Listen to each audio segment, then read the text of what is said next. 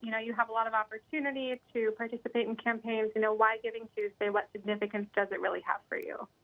Well, I've always been, I grew up in the church, and I've always I was instilled from a very early age to understand that giving is a way of life, and that's the only way to make the world a better place. So when I got the call from PayPal to be a part of the extraordinary Giving Tuesday, of course, it's a natural fit for me, and I'm really excited. I'm really excited to be here talking about it.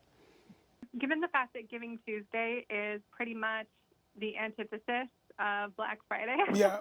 and Cyber Monday, how do you strike that balance? I feel like a lot of people struggle with that. Well, I don't struggle with it because, like I said, it was instilled in me from the moment that I could comprehend thought that it was about giving, not receiving. It was about giving. So Christmas, the commercialization of that has never affected me and Black Friday, that's never affected me because that's not my MO. That's never been my MO. So I don't have to balance anything.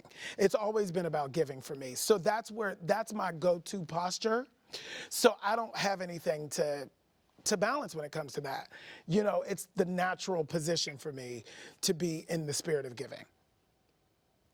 Sure. Okay. So I'm going to move on really quick to some of your work. I am the hugest American Horror Story fan, and I love your character in Apocalypse.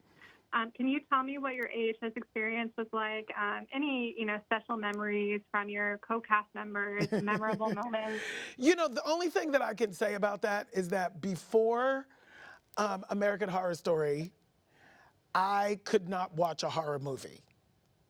Really? I could not. I stopped trying to watch horror movies in the 80s, and I haven't seen one. And I was so scared and so nervous of going on the set and making a horror movie. And now, knowing what happens behind the scenes, I'm not scared of horror movies anymore. That's great. So you would return for another season of AHS? I would resign for another season. I would actually perform, I would actually be in other horror movies. Like, I'm ready to be a horror movie person now. Oh, that's awesome. I would love to see that. Okay, cool. Obviously, Pose is also a huge hit, and your performance has been recognized across the board. And I know that you're set to direct in season 3. Can you tell me what you're most excited for in the future of Pose? I just love that our show is resonating and that we get to keep doing it. I'm excited that we get to keep doing it. I'm excited that we get to keep telling this story. And as a director of the theater, I'm really, really ready to transition that skill set over into film and TV. So I'm excited to, to be in charge. Yeah. So you have experience directing. Do you think there are going to be any kind of special challenges since this is TV and that was theater?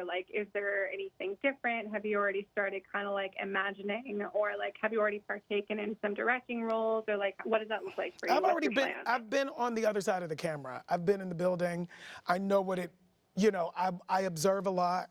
I'm always on the floor, I'm always watching, and I'm always observing. So I'm just ready to dive in and get there. Storytelling is storytelling. Creating a narrative and a specific narrative and taking the watcher on the journey is the point. I know how to do that, and I'm excited to do it in this new milieu. Yeah, absolutely. I'm excited too. No, I know, your award show style is iconic, and your outfits are among my favorites at every single show. I cover mostly the award shows, and I'm always just so excited to see what you're going to wear next. I know I'm not alone in that. You really just push the boundaries, and for people like me who are really into fashion, you're such an inspiration. Thank you. And I just wonder, and what is that process of deciding what to wear and why, and taking that to the next level then? My goal in this moment, as it was revving up, my goal is to be authentic, to do exactly what I want to do, and to be a walking piece of political art every time I show up, as best I can, because I do know that art as activism changes lives and can change the world. And fashion is art.